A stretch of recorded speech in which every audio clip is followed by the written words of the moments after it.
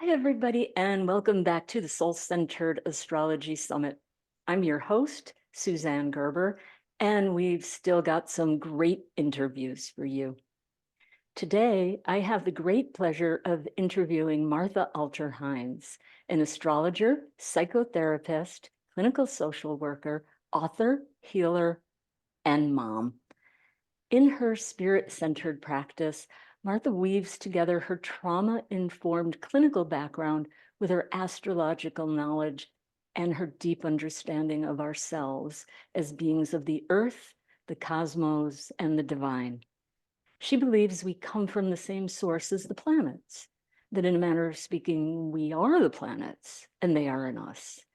That's why her approach to astrology is less focused on cognitive knowledge alone and more on personal experience. Today, she's going to share that approach and guide us to actually be present with the living planets. And I'm really excited about that. So it is my pleasure to welcome Martha Hines to the summit. Hi, Martha. Hello. Thank you so much for having me. I'm so excited that you're with us today. I love your approach. I love the feeling. I love the just implicitness of divine feminine, which of course is something that's available to everybody to experience in the way you approach the planets with so much honoring and so much Mm, awe. And I just wonder, it's hard sometimes for another person to describe someone else's approach, and just where they come from and what informs their work. And so I just thought that would be a great place to start with you. How do you explain how you regard the planets, how you work with them and support other people to do the same? yeah, thank you. Um, well, I can say a couple of things. I think three main things about that. So, so just on a very basic level, my training really is in evolutionary astrology, and so I mainly studied with Moshe Wolfe, and absolutely still that is at the core of how I approach astrology, just in terms of the structure of how I look at a chart and a lot of the basic fundamental ways I'm approaching things. I also have studied with Heather Ensworth quite a lot. So I'd say probably in the world of astrology, of the astrologers I'm aware of out there, my approach probably is the closest to Heather's. And actually, I'm also really influenced by Kaylin Castell. I love, love, love, love Kaylin too. So just for people who are familiar with other names in the astrology world, those are three big ones for me. Um, But really what's happening for me now is that, just to give you context, so I just maybe 3 days ago had my Jupiter return in Taurus. Congratulations. Yeah, thank you. In my ninth house. My Jupiter is in Taurus in my ninth house, right? And at 24 of Taurus. And so we just had that Jupiter-Uranus conjunction at 21 of Taurus. So it was sitting right in my ninth house, very close to my own Jupiter. And so you can imagine mm, how that might be for me, which is essentially what's happening is that I'm really being called into dropping deeply into my new phase of life with how I approach belief and knowledge and all those Jupiter ninth house things.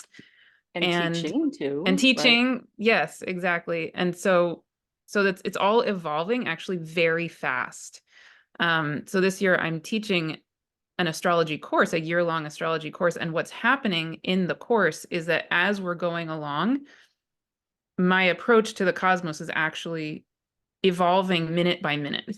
so, so it's like Uranus and Jupiter are sitting there going, yep, yep, yep, yep, let's go, let's go, let's go. Like it's a very fast-paced evolution in myself, actually, which is fun and also sometimes a little hard to keep up with, just for me.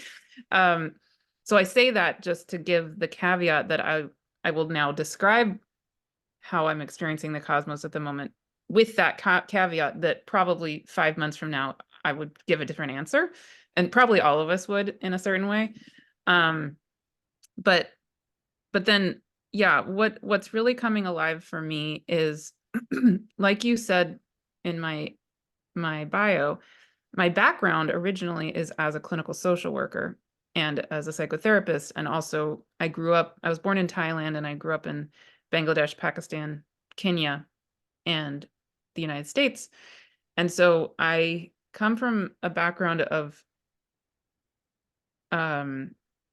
being in multiple cultures throughout my whole childhood, and then coming to social work, where in both cases, both in my childhood, growing up around the world, and then in social work, there's this, and the positive side of all of those venues, there's a really strong need to be deeply honoring of people, of life, of the ways that people are living maybe differently from me, or have a perspective that's different from me. Or like in social work, there was a side to social work that could be quite, you could say, like colonizing, like walking in, and as the social worker, there is an approach where I could walk in and announce my answer for this family and sort of place on them what I think they need. Or a much healthier way to be in social work is to gently, in an honoring way, ask for an invitation into the house. They invite you in, and then you sit and are very quiet and honoring of these people. Their answer for what they're needing is actually already there in themselves. Mm. So my approach to astrology, of course, is coming with that background, and certainly the translation of those skills and that approach is immediate and easy with clients. Like, certainly the way I approach astrology clients is exactly what I just named. But what's happening now is that I'm being really guided to also holding the same or a very similar approach to our actual relationship with the cosmos. So something that's suddenly dawning on me is that I feel like we have a way in astrology sometimes of having certain ideas about what we think these beings are, and we're probably in certain ways correct. But I feel this really strong need now to take, many steps back, Mhm. and um and in certain ways, similar to when I would walk into a house as a social worker, ask to be invited, and then if I'm invited, sit and be quiet and really actually try to listen and observe and be with the actual being of the planets, the asteroids, ourselves, life, the earth, um, the cosmos in general. So I think that's kind of That's way to sum it up. beautiful. And I love that analogy that you made with the families and waiting to be invited. Um, we make so many assumptions, don't we? Whether it's about uh, groups of people or different species on the planet, we just have this primacy about us that we just never stop to question. And I love that you're stopping and questioning it. Um, I can imagine that there are a lot of people just like nodding their heads, kind of, giving you virtual high fives. That's a beautiful approach. And I can also imagine a lot of people going, I don't know how I would do that. Um, I'm very, classically trained or very formally trained, or um, I love the body of knowledge that I've received. What would you say to them? Not trying to convince them of anything, but just to give them permission, show how that approach can add so much. Because they might be wondering, my system works pretty well for me. Yeah. But what might a benefit of this approach, or benefits plural, be for people? Yeah. So, I mean, first of all, I would say, again, I would honor that every person's needs are going to be different. So I'm friends with many people who are more traditional astrologers, and I wouldn't try to convert them to my way. So that's first of all. Because I love to learn from all of us. I think it's great. I think we all have so much to offer. And at the same time, something that I think is so fascinating that I'm guessing we're going to talk about more in depth today is even if we take a step back and learn about the astronomy of each of the planets, so many things come alive, at least for me.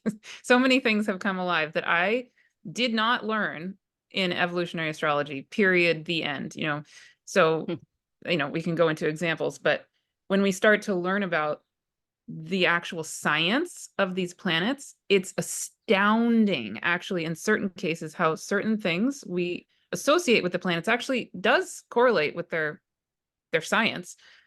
And then other things come alive where I feel like my response to these other things I've been learning is, wow, I really do need to take about 100 steps back and just be quiet for a moment, because there's so much I didn't know. And maybe there is so much we have been missing.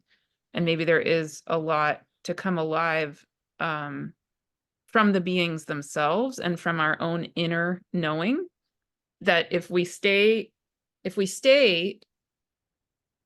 only in relationship with what we've been taught or the traditional ways of being, there could be a lot of benefit to that. And again, I fully honor that that might be right for a lot of people. And it in my experience for myself, that's about, a tiny percentage of what's actually available to us. So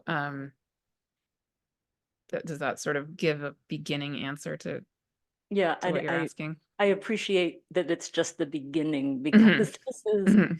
is very rich material that you're talking about.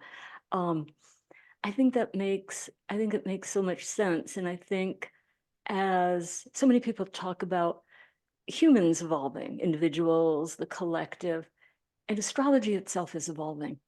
And this Mhm. is with all due respect to systems that came before what we work Yes. with today. And we still work with those systems, Mhm. make no mistake, they still work beautifully.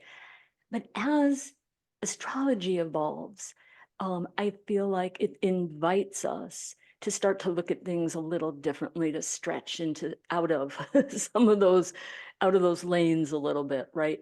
Um, any system that developed under a patriarchal society is necessarily going to have certain patriarchal biases. Yes. And not just with gender roles and things like that, but also really going into what is feminine principle, what is masculine principle, right? They're really talking about things like not being right and not being competitive, but being cooperative and sharing Mhm. relational things. Mhm. And I feel like what you're talking about right now is exactly that part of it and more. But it's developing a relationship, which previously was maybe verboten. No, here's the received information, memorize it, digest it, spit it back out, instead of, well, I'm curious what you think, and how can you have a relationship with the planet? So I just think it's wonderful, and it makes so much sense to be thinking about this now. But by now, I don't just mean, the 2020s. I think that a lot of people have been thinking along these lines, feeling along these lines for a while. And I could add in another thing, actually, if that's okay. Please do. Um, so yeah, again, just more on that basic level, and still we could get to the specifics. But something else, another aspect of it that I'm really passionate about, I feel actually quite emotional about it, is that in more traditional ways, at least that I've been taught, right, and especially in the evolutionary astrology world, there is one right answer, basically. So like Mars is XYZ, period. And if you don't repeat the correct answer, you're wrong.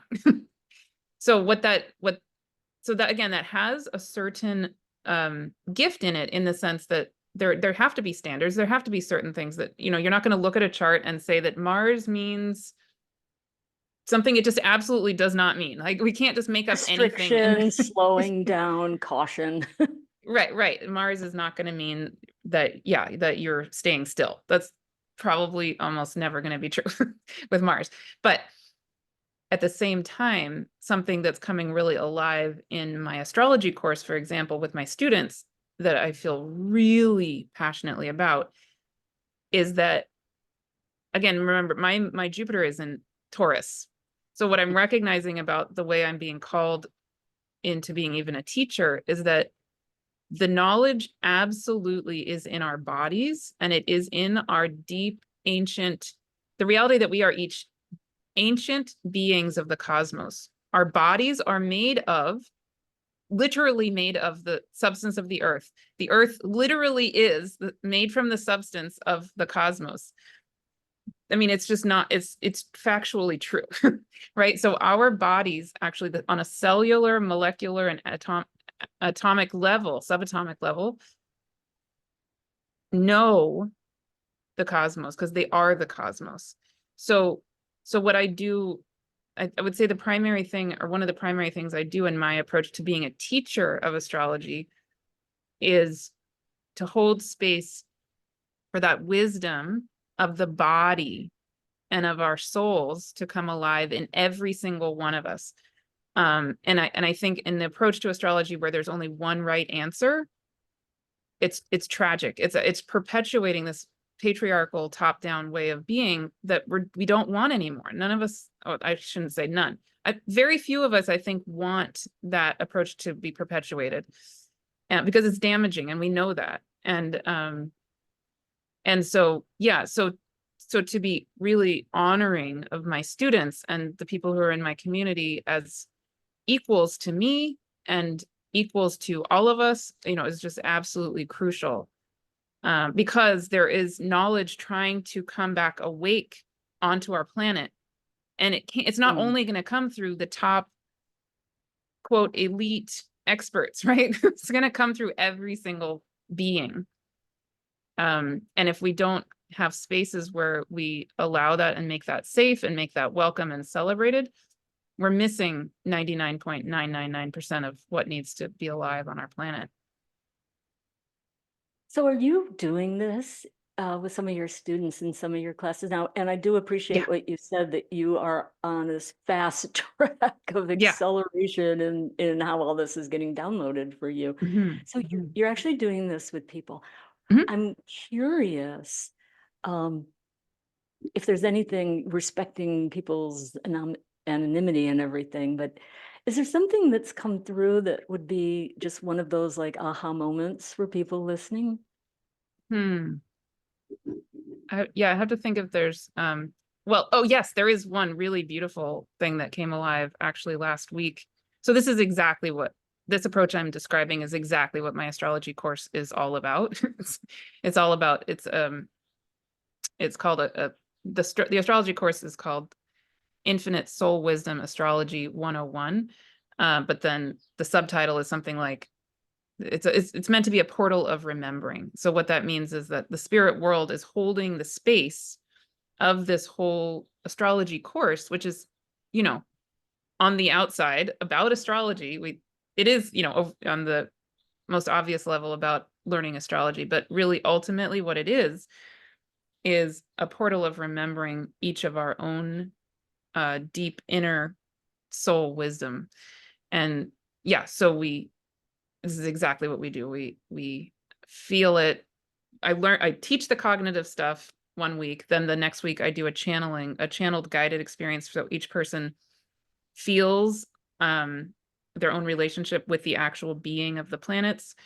And then the following week we have small sharing circles where people then share more personally what's coming alive for them with that. And then we have a wrap up at the end of the month where the whole group shares. So this month we are focused on Taurus and Venus because we go through the year, we travel with the sun, basically. So this month, right now, while we're recording this, we're in the month of Taurus, and then we do Venus because Venus goes with Taurus. So something that's really, really cool about the astronomy and the science of Venus, so this starts to get a little more into those details I was talking about, is that, and I did not know this until 2 weeks ago or something, Venus, the planet, most planets in our solar system rotate the same direction. So the Earth rotates whatever direction so we have days because of the rotation of the Earth. Venus, first of all, rotates the other direction from the Earth. it has the opposite rotation direction from the Earth.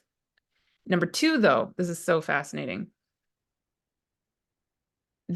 So we know that Venus is closer to the sun than we are, right? It's the second planet from the sun, and so its year is a little bit shorter than our Earth year. But this is the part I didn't know. Venus, one Venusian day, so the amount of time it takes for Venus to rotate on its axis to have one sunset and one sunrise is a few days longer than the amount of time it takes to go all the way around the sun. So one day on Venus is actually longer than 1 year on Venus. And it's rotating backward. I don't even understand what that. So it means that she's rotating super slowly as Mhm. she's orbiting. Exactly. Yes. Huh. Yeah. So one thing that came up in that, that body knowledge or that ancient soul wisdom of one of the people in my class, she said, wow. So basically Venus is like a teacher of the sacred slow, which of Oh. course so fits with Taurus, right? I mean, Oh like yeah. I'm getting chills. It was like, what? Yeah, right, exactly. So beautiful. And what did she say? Um, She's the what of the sacred slow? a teacher, I mean, that's one way you could put it. Like she's a teacher of the sacred slow. Ah, I just love that. That Yeah. is that is, I mean, that's just, it feels Victorian in a general way. And Hmm. then the Venus part, which implies why, what is to be enjoyed differently, to be Hmm. experienced differently when we really slow it down and we're present and really in it and not like rushing through it to get to the end so we can do the next thing. Exactly. It's amazing. Oh, Yeah. I love that. Yeah. Yeah. So beautiful. Um, Yeah, it is so interesting. I think I told you when we were first chatting that my astrology teacher back in the 1980s also got into hypnotherapy. She was a social worker and had a Mm. therapy practice, and she was an astrologer, of course. And she got into hypnotherapy, maybe because of Neptune on her ascendant, but it was just so perfect for her. And we'd come in and she'd say, you guys want to do astrology or hypnosis today? And we would say, or why do we have to choose? And we would have these kinds of experiences. I love that. I love the dimension that you're adding to it, though. We would just kind of have experiences. She didn't really um, guide us specifically to connect like that. And I know it's just a suggestion, but it is so wonderful. And I know this is just kind of a pause tangent, but on your YouTube channel, Martha, you said you have a lot of these kind of channelings. Is it similar to this? Would this be, if people who do feel an affinity for this, would they find this on your YouTube channel? The link for Um, which, of course, is on your speaker page. oh, yeah, no, on my YouTube channel, I have a lot of videos about astrology. I do, new moon videos and full moon videos, just like lots and lots of us do. Um, and then I also do a lot of channeled videos. Those ones are not so much though about like traveling to the planet themselves the way I'm describing this. That's really in my astrology course, which I will be offering again next January, February. It's a year-long thing. But yes, on my YouTube channel, I also have I do have a lot of channeling experiences that go with the astrology. So certainly people, absolutely, I definitely invite you to come No, take that'd a be look at great. all of them. Right, Yeah. just in case they're waiting to be invited. Yeah, yeah, definitely. You're invited. Come look. Now, Join I'm in. thinking about people. I've walked the medicine wheel 2 different times, and I've done a lot of journeying, and I've been around groups of people journeying.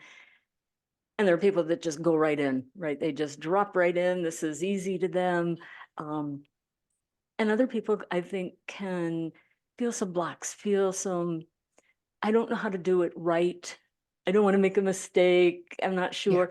Um, what would you have to say to those people? Because I really want everybody to at least be open to the possibility that this is available to them, even if they're hyper left brain types. Yeah. And yeah, I have several people like that in my course, actually. So I've had this conversation many times. Uh, Um, and what I find often with people uh, where that is true, first of all, again, I totally honor that for some people it wouldn't resonate. It wouldn't necessarily be helpful to do this kind of guided experience, this channeling, way of being with the planets, etc. So I'm not trying to convert anybody. It's totally great if it doesn't work for you. Um, and at the same time, though, I think there is a segment of people where it's not there's a segment of people where I feel like it is potentially very helpful, but it's just difficult for them to get there.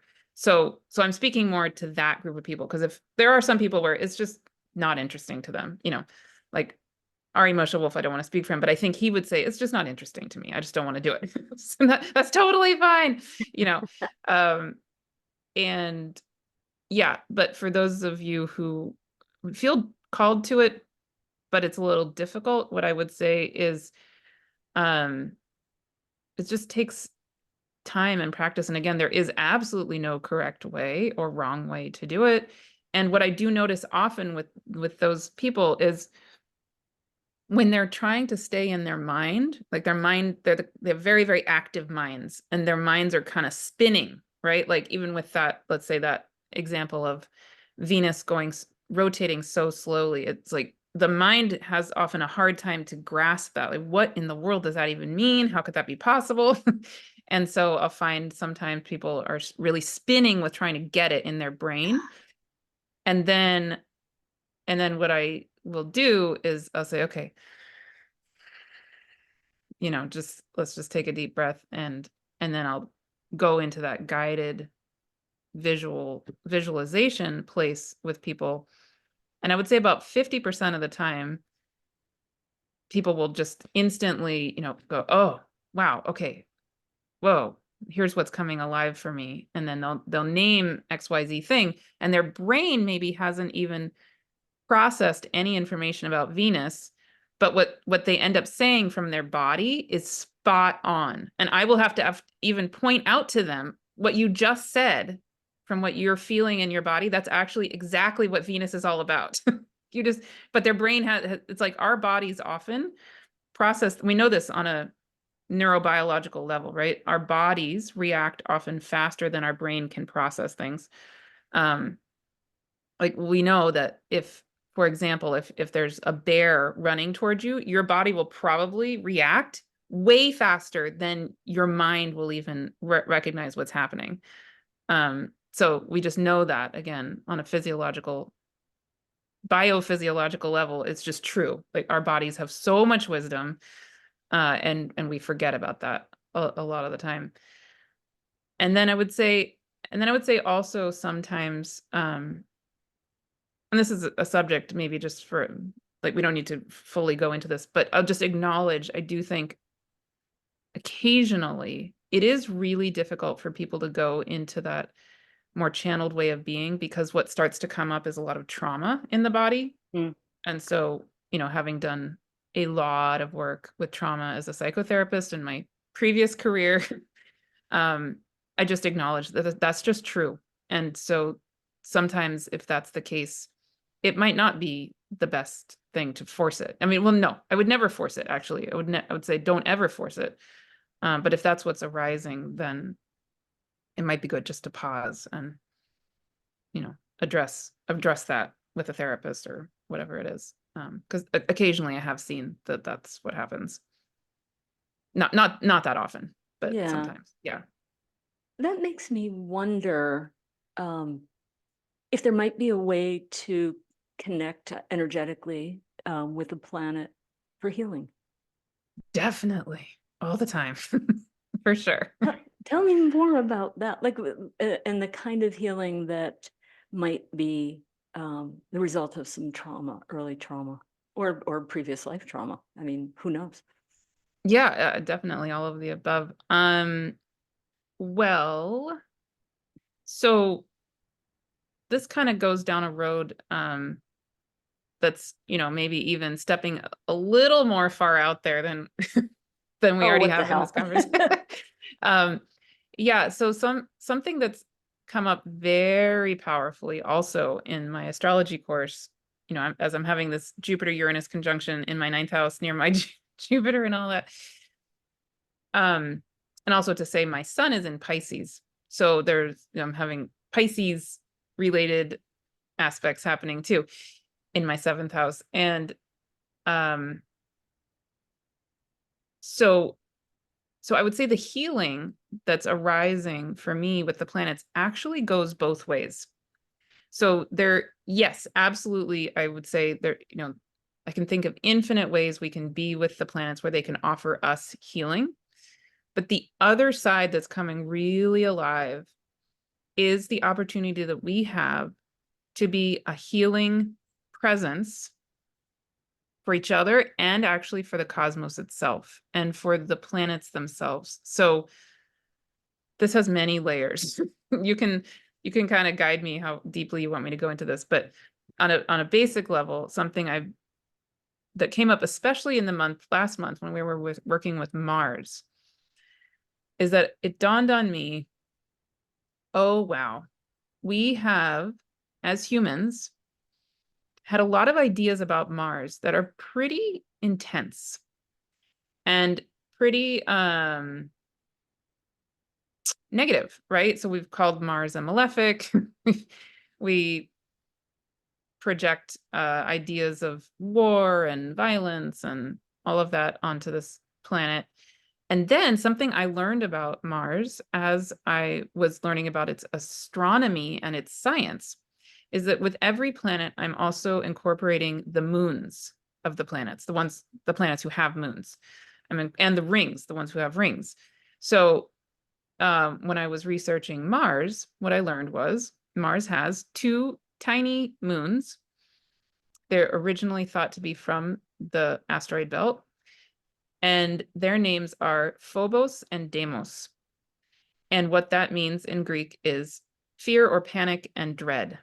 Specifically, so Phobos and Deimos were two of the sons of Eris, who was the Greek counterpart to Mars. And they would go with him into battle. And so they represented the fear and the dread and the panic associated with war.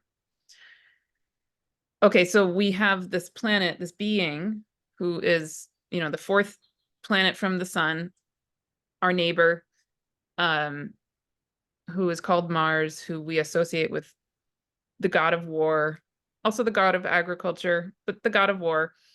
And we've named its moons fear, dread, and panic associated with war.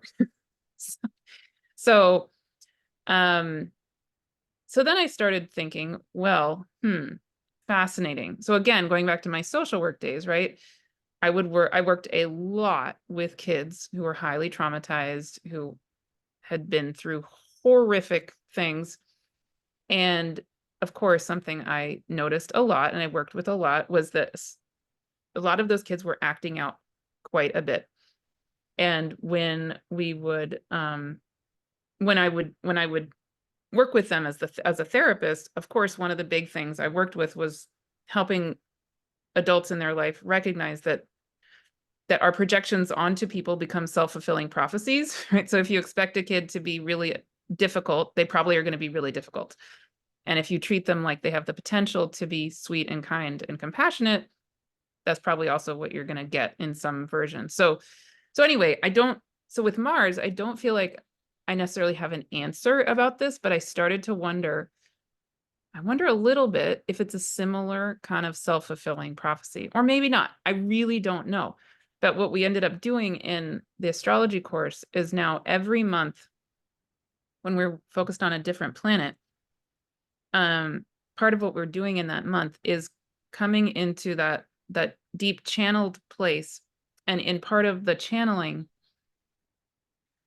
we we sit with the spirit world basically and hold space for the planet itself, and acknowledge any kind of ways in which our stories or our naming of it or anything about our relationship to it that hasn't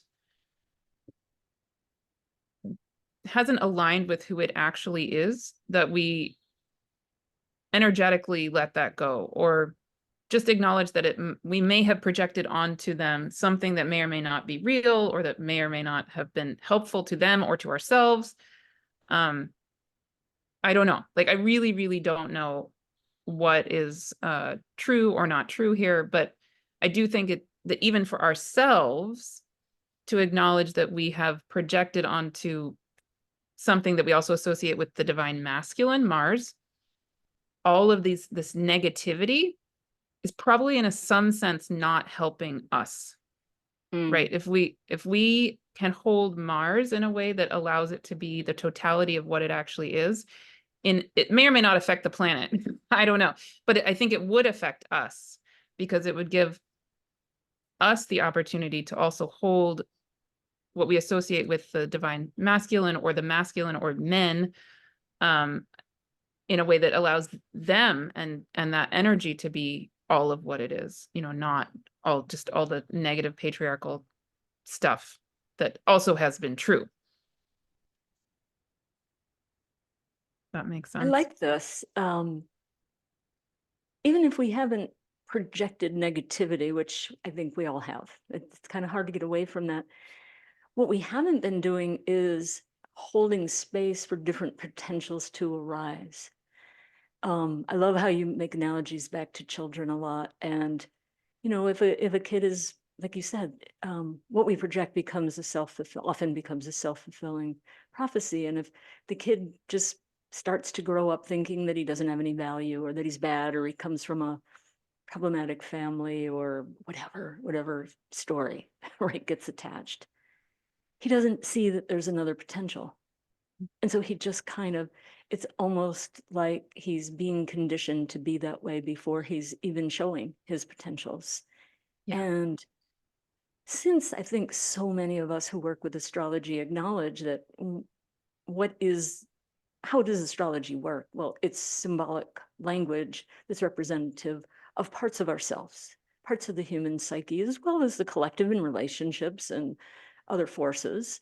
I mean, they all have different functions, but if we acknowledge they represent something in us and we're projecting this negativity, it's not just that we're projecting it onto an image of a planet or onto an archetype. We're becoming that, or we're not becoming what we're not giving it the opportunity to be. Yeah. And actually, can I bring in Venus as a counterpoint to this? Yes, of course. Yeah. Always bring in Venus. So then on the other side, so last month, of course, we were focused on Aries and Mars, right? And then this month, now in the course, we're focused on Taurus and Venus. Okay, so as I was exploring Venus, like I already said, we kind of tapped into this reality of her having this sacred slow component. But the other thing that dawned on me, of course, is we in astrology typically associate Venus with beauty, harmony, balance, all of that, fertility, all of those things. And so on the one hand, we have Mars, who's war and destruction. I mean, I'm really oversimplifying. I get that, but it's, Mars is a malefic and Venus is a benefic, bad or good. And so when I was looking at the astronomy or the science of Venus, and probably you or other people listening might already know this, but I learned a lot, which is, for example, Venus, number one, is the hottest planet in our solar system. It's hotter than Mercury because Mercury is much smaller and doesn't have much of an atmosphere. So Venus has a very, very dense atmosphere. So it retains heat. And Venus also is very volatile. It has lots of volcanoes and it's constantly having storms. Um, so like NASA can't land anything on Venus the way that they can on Mars, because number one, the pressure, like any kind of, if they tried to descend into the atmosphere of Venus, anything would just get crushed. Hmm. Yeah.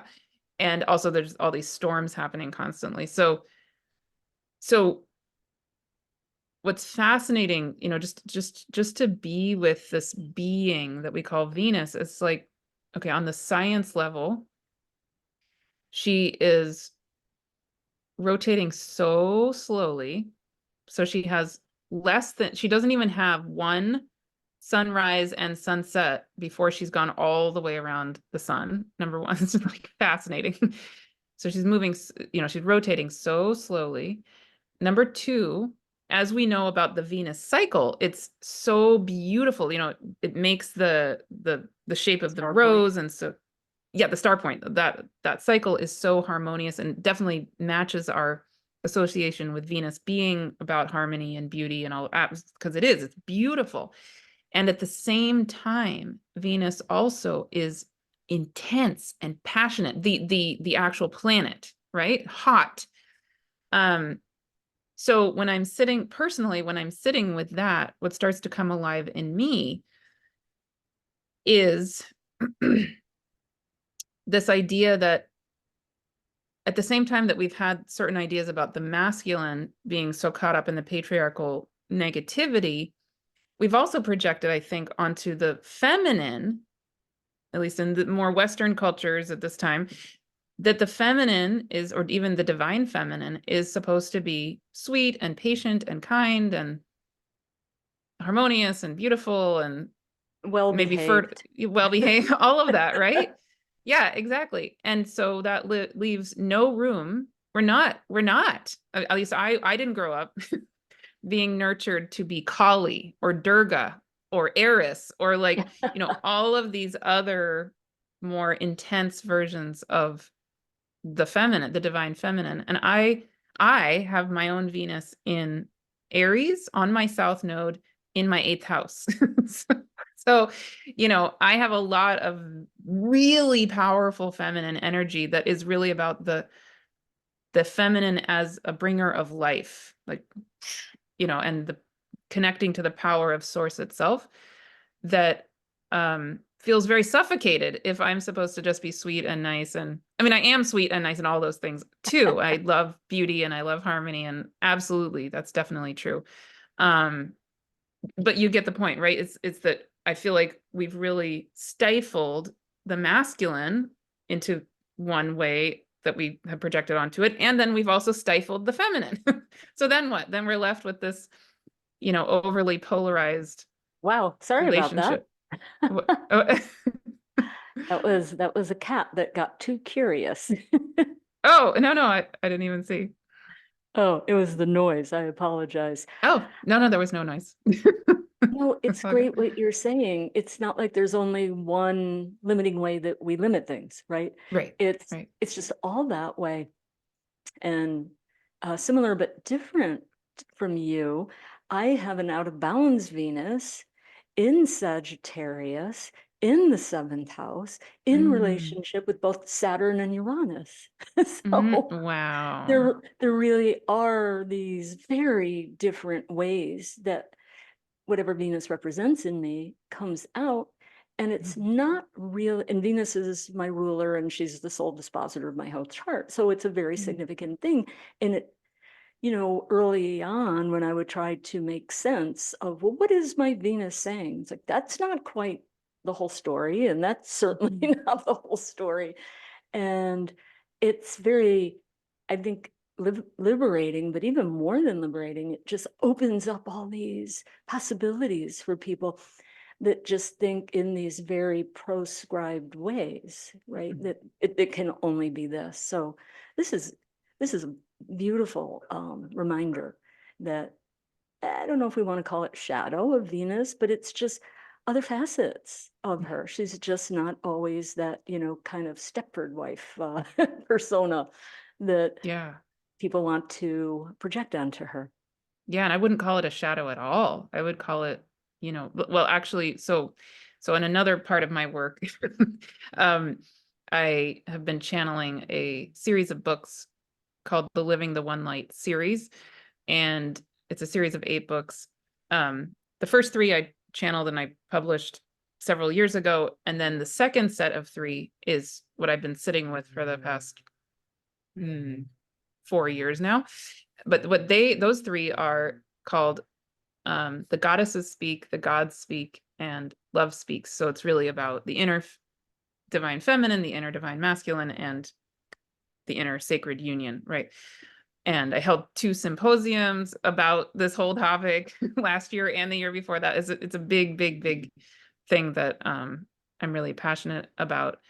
And yeah, and it just feels like a crucial part of our awakening, our evolution as who we are, this remembering, when we're coming back into this remembrance of ourselves as source, as the one, to come in. What the spirit world says in those books is that the divine feminine and the divine masculine each have infinite petals. They're like flowers, right? With infinite petals, infinite manifestations of each of those. The feminine has infinite ways of being.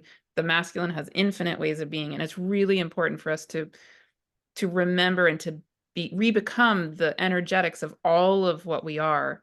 Like, we are Kali, and we are Venus, and we are Artemis, and we are all of them. And that's part, and remembering all of that is part of coming back to the remembrance of ourselves as the one. So we've been talking about personal planets for the most part. Jupiter, people call a social planet, right? mhm. They have their designations. But what about some of the more remote planets, or Yeah. even, when I asked you about healing, which just kind of hit me very spontaneously, of course, that makes me think of Chiron. Not Uh, technically a planet, but an object, a planetoid, mhm, a very mhm, important one, for what he represents. mhm. His kind of quirky astronomical qualities, but Yeah. his archetype of, to me, being the messenger of awakening, really Mhm, showing us the portal through what we consider our own lack, our own mhm. wound, whatever language we like to use. But I wonder, have you done any journeying there, or tuning into Chiron? I think I would love to hear what you Yeah. find. I haven't gone deeply into Chiron in the same way that I have with these ones I'm naming. One that I have that maybe we could talk about is Neptune, and because that's fascinating. But just off the cuff, I mean, yes, absolutely. I think that the orbit of Chiron says so much, the way that it connects orbits, and it connects the outer planets with more of the three-dimensional world, if you want to call it that. Um, I love Melanie Reinhardt's take on Chiron, and on my YouTube channel, I have a lot of talks with Melanie where we talk about Chiron, we talk about Venus, we talk there. Anyway, definitely there's lots to explore there, but I haven't personally um been with Chiron in this way. But down the road for sure I want to. Um, but I could switch and talk about Neptune if you want. I would love for you to Yeah. do that, because I know when you and I were first even talking about this, that came up. And as I were just saying before we started talking, Neptune now, when we're talking and when this airs, it's going to be not just at the last degree of Pisces, but when it stations retrograde, it's going to be within 4 minutes of hitting that zero Aries point. And what I feel like is growing and building and really getting ready to just complete and release and transform is it kind of goes beyond my capacity to imagine it in the context of everything else, astronomical, astrological, and just real, quote unquote, real life. But I would love to hear some of your experiences and your students with Neptune. Yeah, Neptune is amazing. Okay, so and I love what you're pointing out about, because just on, lots of people probably already realize this. I'm sure you know this. that as Neptune is stationing retrograde at that 29 and 56 minutes or something. 56. So yeah, it's amazing.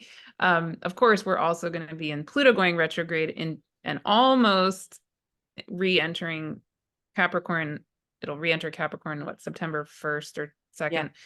for that little teeny tiny dip back into Capricorn before before next year, when these outer planets change signs and all that. Okay, well, the end of this year, Pluto changes signs. Anyway, yeah, so I think it's just fascinating on a basic level of how much, in certain ways, maybe beyond what we can even fathom, we are ending a time and moving into a new time. I don't know. I don't know. But anyway, back to Neptune. So here is what I found about Neptune that is really fascinating. And if you feel like visuals would be helpful, I do have some I could show with this. So you let me know. Okay. Okay, so with Neptune, I didn't know any of this before I started exploring its science, its astronomy. So do you want me to just pull up these slides? That might be the easiest, because it's a pretty visual thing I'm about to try to describe. So let me just grab that. All right.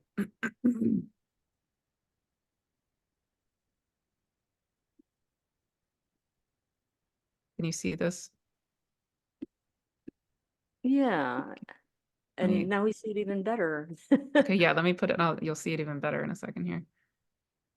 No? Oh, all right. Sorry, hang on.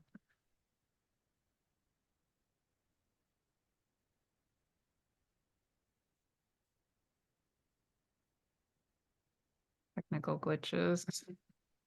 Okay, here we go.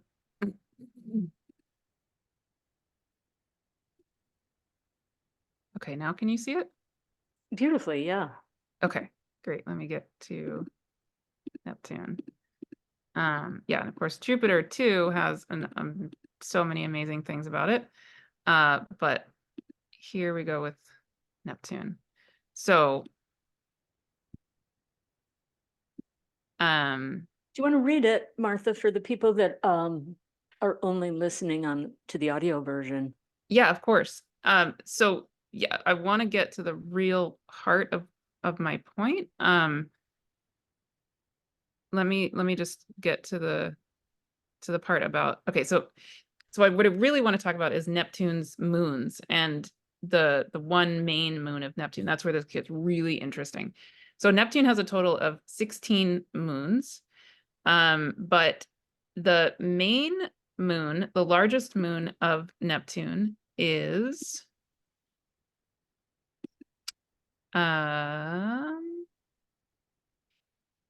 Triton.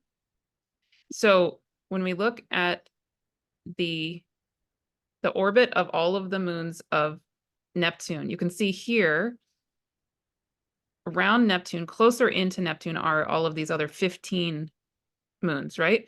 And then on the outside is this orbit of Triton. So the orbit of Triton is really, really, really elliptical and very far away from Neptune compared to all of its other moons.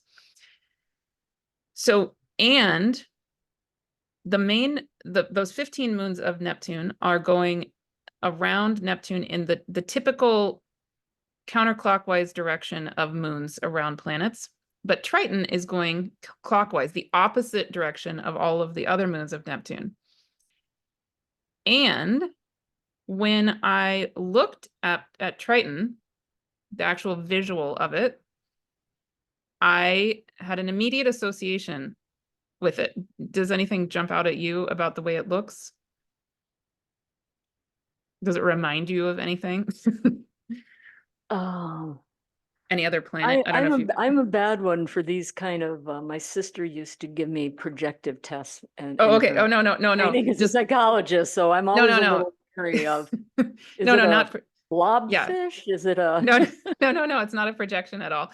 So what jumped out at me when I saw this was, I thought, wow, this looks almost identical to Pluto. because physically, like the coloring and the shape and it just the size looked a lot like Pluto to me. So I started reading further, and guess what? This moon, Triton, the moon of Neptune, is actually larger than Pluto, larger than Eris, the Kuiper belt object, and its composition is similar to Pluto. So what, and then you'll notice, like I just said, the orbit of Triton around Neptune is totally different from the other moons of Neptune. So what astronomers think is that Triton actually originally was a Kuiper belt object. So originally, I mean, it probably originated very, very differently from all the other moons of Neptune, and it probably came from where Pluto came from. Same deal. Like Pluto, in a sense, Triton and Pluto, you could think of them almost like siblings potentially, or cousins or something. They're related, even on a physical level. They're very, very similar to each other. And then this gets even more interesting.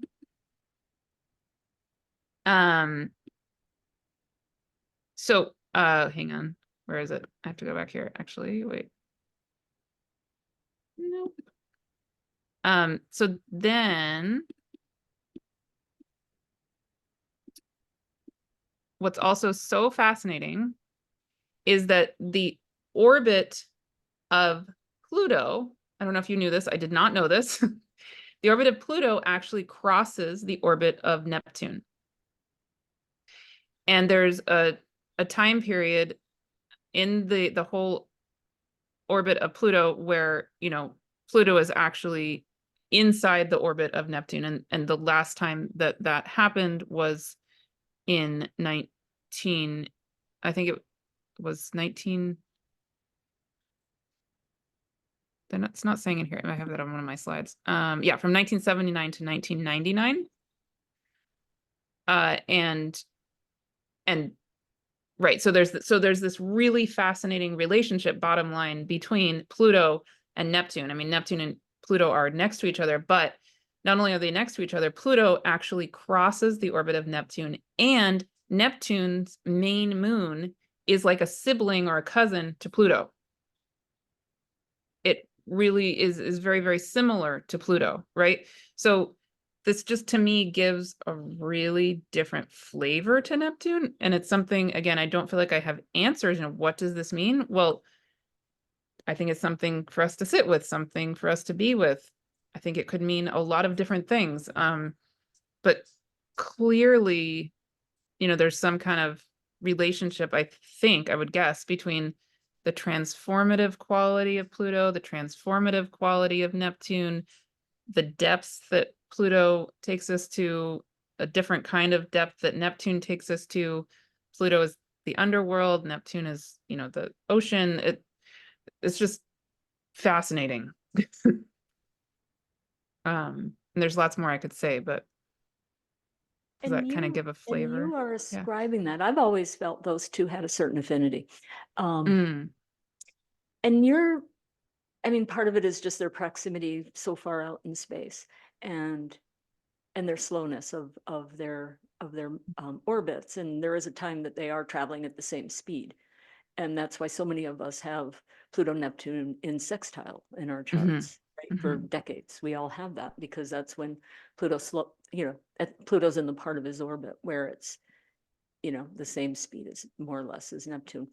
But you're attributing a lot of it to Triton mm, itself mhm, and his composition, and just he holds that outer boundary of Neptune, and mm, then comes so close, and is, like you said, kind of that cousiny, similar DNA.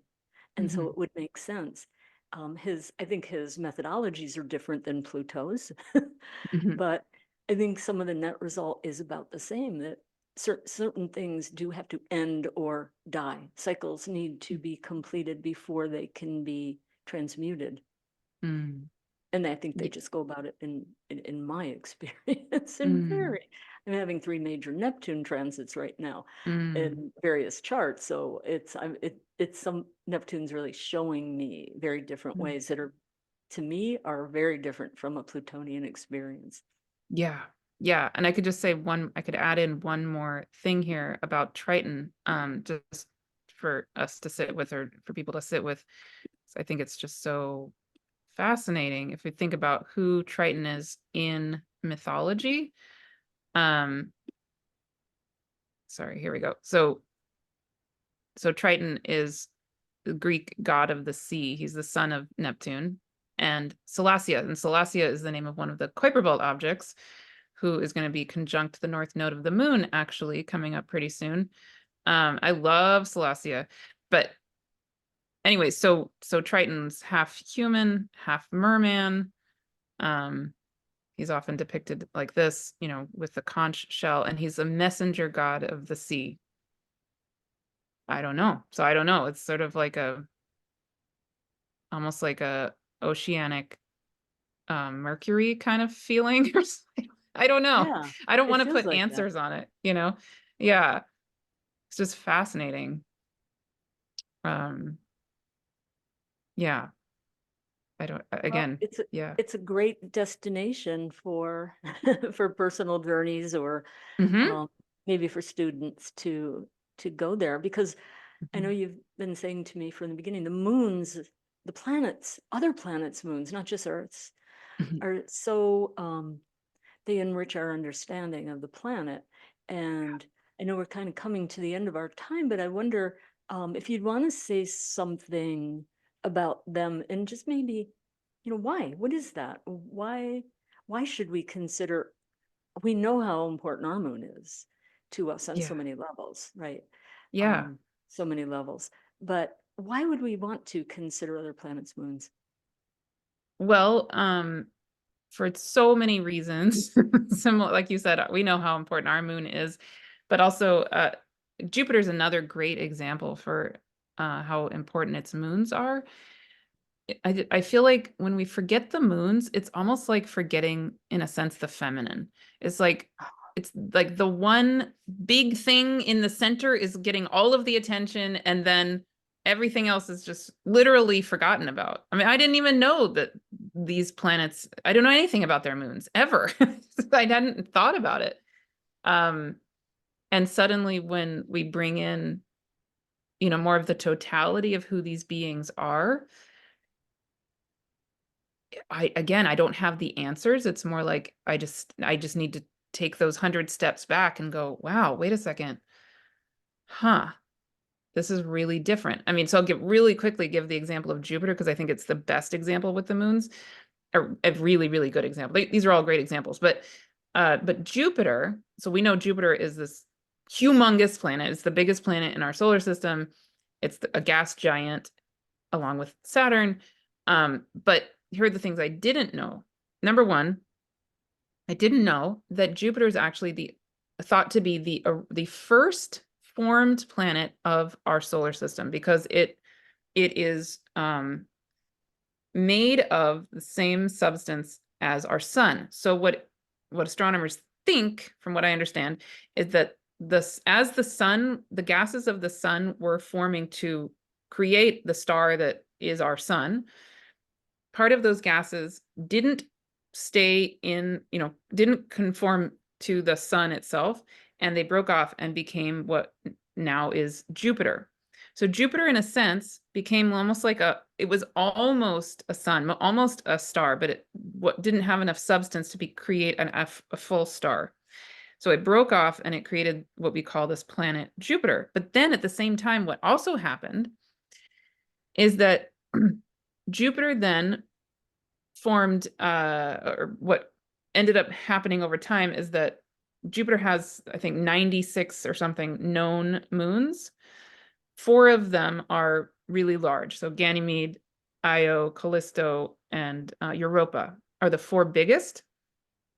And those 4 biggest are spaced in the same size ratio formation as the first planets of our solar system. So is that confusing? Does that make sense? You're saying Jupiter's largest moons are similar in size to Mercury or Venus. not necessarily in size, but their ratio to each other. So so actually, yeah, Okay. Ganymede Their Ganymede distance is, from one yeah, another. yes. So so Ganymede, actually, the biggest of the moons of Jupiter, actually is, I think, bigger than Mercury. So in a certain sense, they are similar sizes. But what I'm saying is more that the way that our solar system formed in terms of the spacing of our planets became parallel in the way that Jupiter and its moons formed their orbit with each other. Does that make sense? It's It really makes hard to sense. explain. No, it Yeah. makes sense, and it just, you know, sparks like another 20 questions Yeah. I know. for Yeah. astrophysicists, maybe, Mm. with a Yeah. Well, spiritual but bent. right. But for me, on an astrological level, what that does for me is when I'm thinking about Jupiter now, even in terms of astrology, and I need, like, I need time to really incorporate this. How would I even think of this in a chart? I don't know the answer yet. But when I think about Jupiter, I recognize it's not just this, like we see in the sky. We can see Jupiter in the sky pretty easily, not so much anymore because it's with the sun now, but it's pretty bright and easy to see. And so we think of it, okay, there's that dot, the bright dot, Jupiter. Well, guess what? That's not just a bright dot. That's really, in a sense, a mini solar system. Like, Mm. literally, the substance of Jupiter is made of the same substance as our sun. And then it has, something like 96 plus moons, but four of which are quite large. And it's the orbit of its moons parallels our entire solar system. So it's like we have a mini solar system. And astronomers call Jupiter, actually, another name they have for Jupiter is the jovial system. Jove meaning Jupiter, right?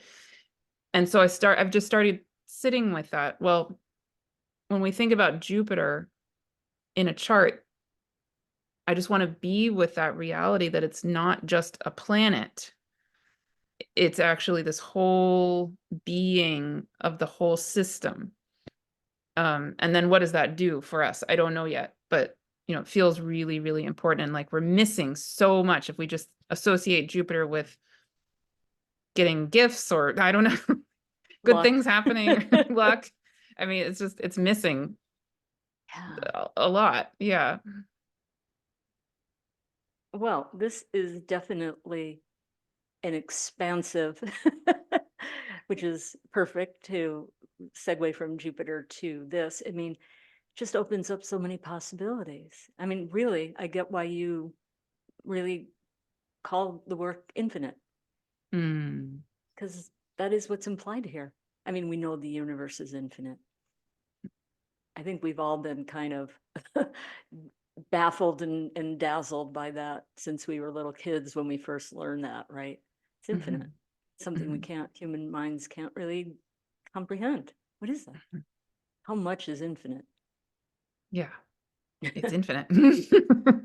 Exactly. Yep. No, it's Mhm. beautiful. And I just want to thank you so much for bringing that perspective to us, Martha. And it's not a perspective, it's just this, right?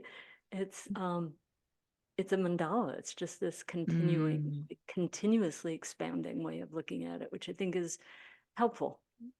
Mm. I There's a love lot of that. healing there, a lot of expansion. So, um, and that's not all the sharing that you have today. You also have a gift for everybody, and the link is right on your speaker page. Tell us what that is.